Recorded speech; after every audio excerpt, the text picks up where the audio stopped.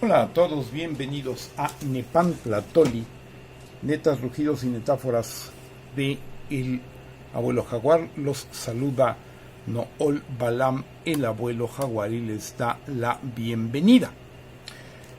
Recordándoles que en Nepantlatoli, los niños del sexto sol, vivimos y somos testigos de un cambio de era.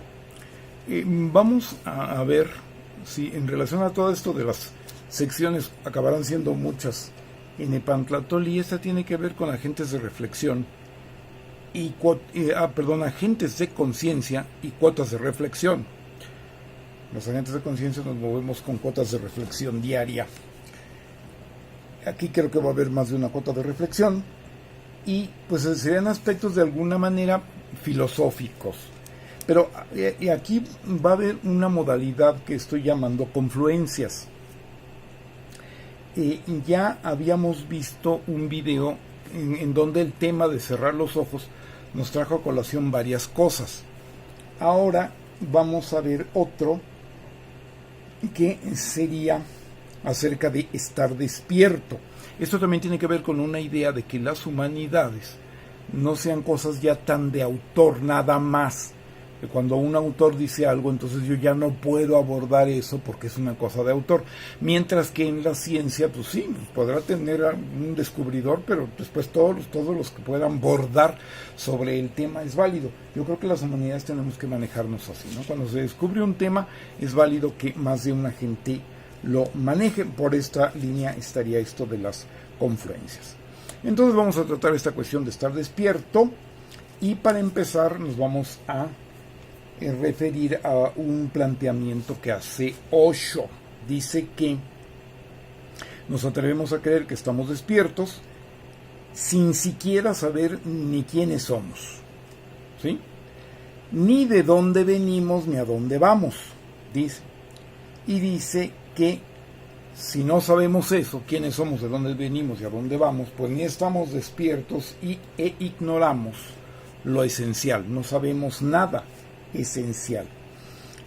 Curiosamente coincide con el planteamiento de mi gran maestro de teatro, Rafael Estrada, que además fue actor de partes en la época de oro del cine nacional, y que nos planteaba siempre en el teatro esta triple pregunta, ¿sí? Para poder ubicarnos en el escenario y con el personaje que estábamos desempeñando. ¿Quién soy? ¿De dónde vengo? ¿Y a dónde voy? ¿Sí? Yo estoy asumiendo últimamente una idea, por un lado, de que esta triple pregunta es sumamente útil para ubicarnos en el escenario de la vida, ¿sí? Y que definitivamente el que no podamos responderla es toda una obra de generación de conciencia, ¿sí? Otro planteamiento de desarrollo humano que estoy explorando, estoy trabajando en él, es que todos somos un personaje en la vida. En algunos casos es más fuerte que en otros, es más evidente que en otros, ¿sí? Muchas veces decimos, es que ese tipo es todo un personaje, y de otras personas, bueno, si nos ponemos a pensar, sabemos que tiene un personaje y no está marcado.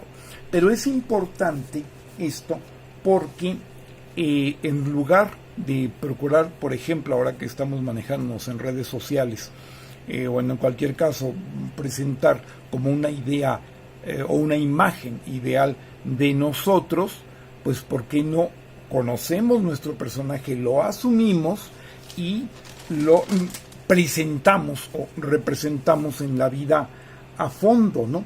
Esto sería, en cuanto a desarrollo humano, algo muy favorable, no solo en los escenarios, en las pantallas, sino en la vida misma. Es algo sobre lo cual estoy trabajando, ¿no? Y, por ejemplo, para presentar nuestro personaje debemos saber quién soy, de dónde vengo y a dónde voy, ¿sí? Ahora, cuando Osho dice que si no sabemos eso, no sabemos nada esencial, ¿sí? Hay un planteamiento de que esto de no saber lo esencial es cuando a nuestra vida trasladamos esta situación que tanto sucede en las organizaciones y en tantos espacios, en los cuales lo urgente no deja tiempo ni espacio para lo importante. y eso es algo que debemos de reconsiderar. Por eso yo estaba diciendo que aquí hay varias cuotas de reflexión, ¿sí? Pero también, y ya desde hace tiempo, yo tengo un planteamiento de lo que llamo mensajes esenciales, que son los mensajes que debemos compartir con las personas y que siempre van a ser pertinentes, yo lo diría, a cualquier hora del día y y en cualquier momento de la vida, ¿sí?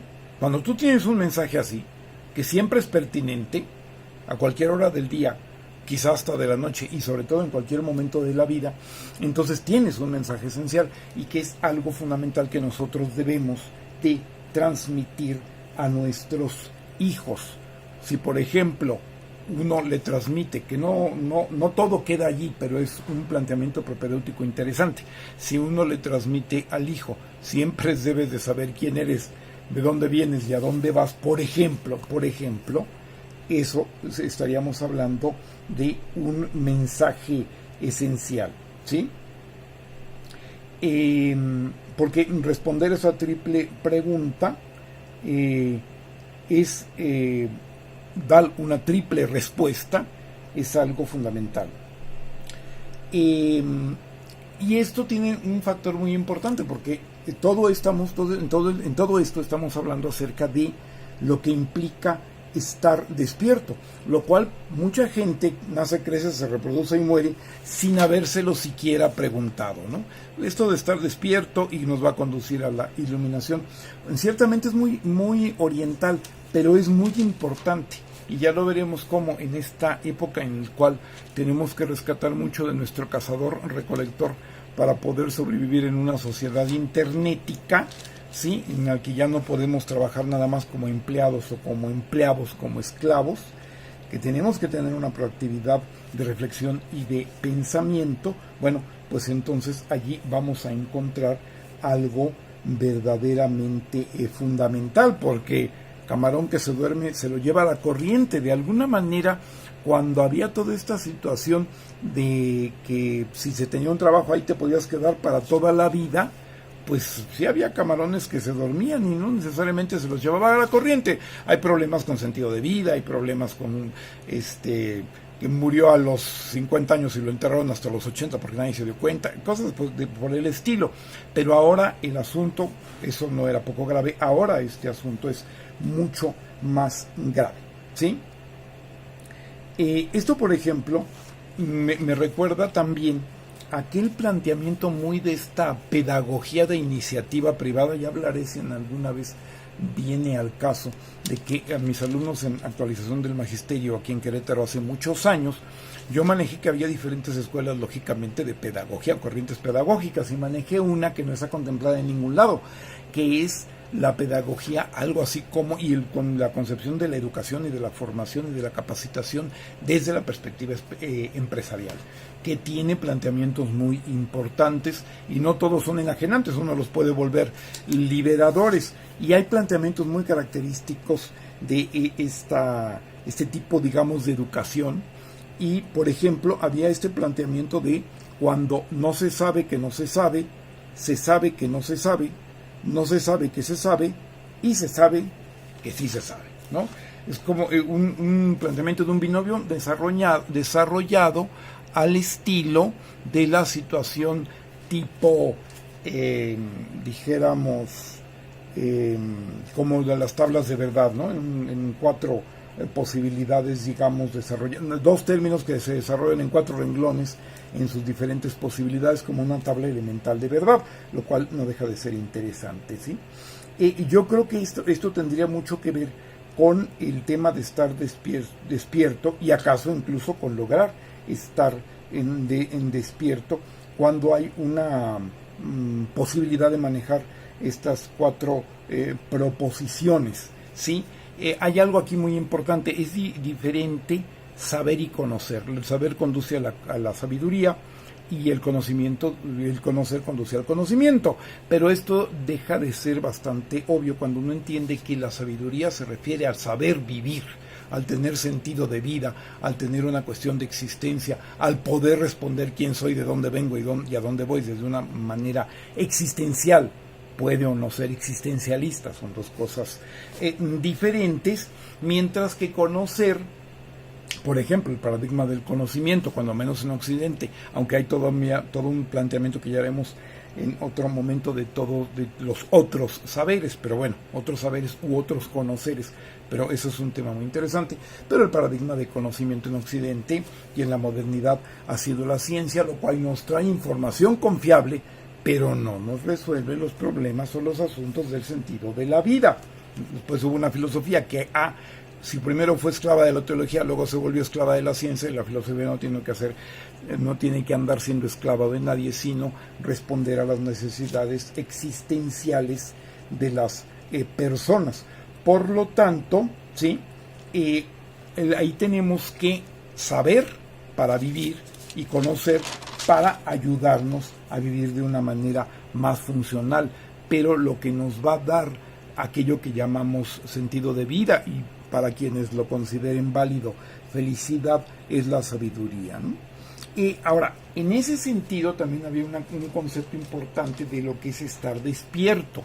El estar despierto porque, por ejemplo, un presidente de la Casa Tíbet en México, al hablar de budismo y lógicamente de Buda, dijo que en Occidente teníamos un problema porque hablábamos de la iluminación, y que es algo que no necesariamente se define muy claramente y que no es un concepto propiamente oriental, dado que lo que responde mejor en una traducción a lo que sería Buda Siddhartha Gautama, porque puede haber otros, etcétera, etcétera, pero bueno, Buda, lo que es el personaje, Siddhartha Gautama, el fundador del budismo, era que se trataba de una persona despierta, ¿sí?